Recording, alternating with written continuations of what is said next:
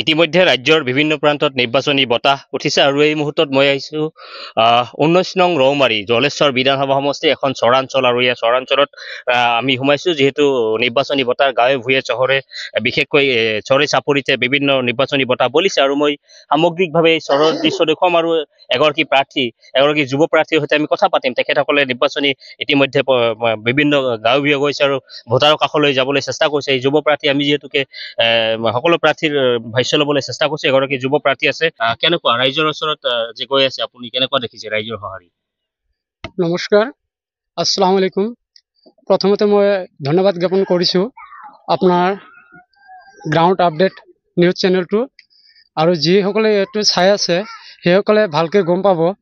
আৰু যিসকলে জানে আমি এতিয়া আছোঁ খটেটাৰী চৰ বুলি কয়। ইয়াৰ আগতে মই কোনোদিনে অহা নাছিলোঁ। বিগত দিনত মই বেলেগ কাম কৰি আছিলোঁ। তৃণমূল কংগ্ৰেছৰ পৰা মোক টিকট দিছে কাউন্সিলৰ পদত ৰৌমাৰী 19 নং ৰৌমাৰী গাঁও পঞ্চায়তত, আৰু মই ভালেখিনি সঁহাৰি পাইছোঁ মানুহৰ।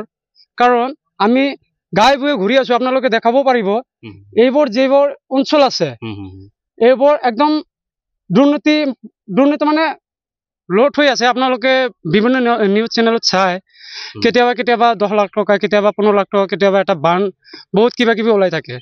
তো আগতে মই এইবিলাক ভবা নাছিলোঁ, মানে মোৰ মাইণ্ডত তেনেকুৱা অহা নাছিলে। কিন্তু এতিয়া যেতিয়া মই নিৰ্বাচনী কৰি আছোঁ, আমি গাঁৱে ভূঞে গৈ আছোঁ, দেখি আছোঁ মানুহৰ মাজত বহুত প্ৰব্লেম আছে। যেনেকুৱা ৰাস্তা ঘাট, আজি সেইটো যোনটো ৰাস্তা আছে মোক এজনে ক'লে সেইটো আমাৰ ৰাখালডুবি আঞ্চলিক বজাৰৰ পৰা আমাৰ চৰলৈকে সোমোৱা ৰাস্তাটো কেই লাখ টকাৰ এটা কাম আহিছিল, মই নাজানো, কিন্তু মই শুনা মতে সেই কামখিনি হোৱা নাই। কিন্তু মই আশা কৰিছোঁ আমাৰ ৰাইজে যদি মোক নিৰ্বাচিত কৰে মই সেইবোৰ কাম নিষ্ঠাৰে কৰি যাম। আৰু কিছুমান কথা আহি পৰে, যেনেকুৱা আমাৰ PM কিষাণ এটা কৰোঁতে 3,000, 4,000, 5,000 টকা যায় আনঅফিচিয়েলি, মই নাজানো, মানুহে কয়। আৰু এটা আছে অৰুণোদয় আঁচনি বুলি কয় যে, সেইটো কৰিব লগা হ'লেও 2,000, 3,000 টকা লাগে। কিন্তু একচুৱেলি এইবোৰ একেবাৰে বিনামূল্যে হ'ব লাগে। আৰু বিশেষকে আপোনালোকে জানে যে অল্ড এজ পেঞ্চন, বুঢ়া পেঞ্চন যিটো আমি জানো, মাত্ৰ মাহতে 250 টকা এটা পায়, আৰু সেইখিনি কৰিব লগা হ'লে 2,000 টকা দিব লাগে, এনেকুৱা আমি শুনিছোঁ। তো মই যদি জিকিব পাৰোঁ, ৰাইজে যদি মোক সঁহাৰি জনায়, ৰাইজে যদি মোক আঁকোৱালি লয়, মই এইবোৰ আপোনাৰ নিউজ চেনেলৰ জৰিয়তে আমাৰ অন্তত ৰৌমাৰী গাঁও পঞ্চায়তৰ ৰাইজক জনাই দিব বিচাৰিছোঁ যে এইবোৰ একেবাৰে বিনামূল্যে হৈ যাব। আপোনালোকে একদম মানি লওক, এইবোৰ একদম বিনামূল্যে হৈ যাব। এইবোৰ একো পইচা দিব নালাগে, কাৰণ এইবোৰ একেবাৰে বিনামূলীয়া।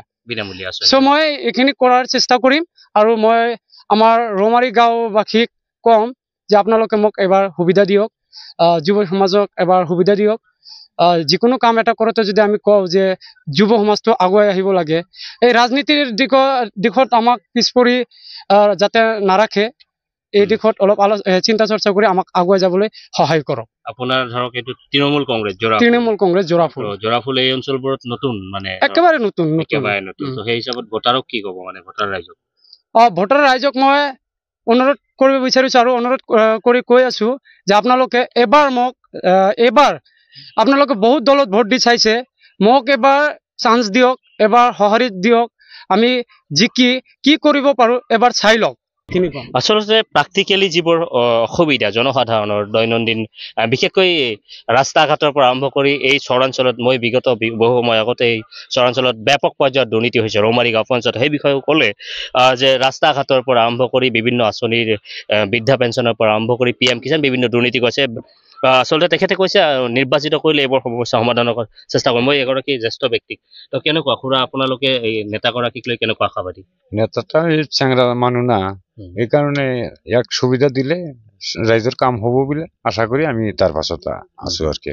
যথেষ্ট তেখেতসকলে আশা কৰিছে। আমিও আচলতে নিৰ্বাচনী বতৰ যিহেতুকে আমি গাঁৱে ভূঞে গৈছোঁ, আচলতে চৰাঞ্চলত আহিছোঁ, তেখেতসকলৰ নিৰ্বাচনী প্ৰচাৰ কাৰ্য চলাই গৈ আছে, আৰু তেখেতসকলৰ সৈতে কিছু কথা পাতি তেখেতসকলে কৈছে যে যিবোৰ চৰাঞ্চলত যিবোৰ সমস্যা, ৰাস্তা ঘাটৰ পৰা আৰম্ভ কৰি দুৰ্নীতি, এটা ব্যাপক এটা দুৰ্নীতি হৈছে, দুৰ্নীতিবোৰ ৰোধ কৰাৰ ক্ষেত্ৰত এটা মানে আশা কৰিছে যে সহায় কৰিব, ৰাইজে এটা সুযোগ দিব। আচলতে ভোটাৰ ৰাইজে নিশ্চিতভাৱে নিৰূপণ কৰিব 7 তাৰিখে, আৰু ফলাফল তাৰিখত ওলাই আহিব আৰু তৃণমূল কংগ্ৰেছ নতুনকৈ আচলতে এই অঞ্চলবোৰত নতুনকৈ এইবাৰ নিৰ্বাচনত আগবঢ়াইছে প্ৰতিদ্বন্দ্বিতা তৃণমূল কংগ্ৰেছৰ ফালৰ পৰা এয়া নিশ্চিতভাৱে জনসাধাৰণে নিশ্চিতভাৱে সময়ত আচলতে নিজেই নিৰূপণ কৰিব কাক ভোট দিব লাগে আমাৰ তৰফৰ পৰা প্ৰাৰ্থীগৰাকীলৈ শুভেচ্ছা থাকিল এয়া একৰামুলৰ সৈতে মই ফাৰুক আব্দুল্লাহ গ্ৰাউণ্ড আপডেট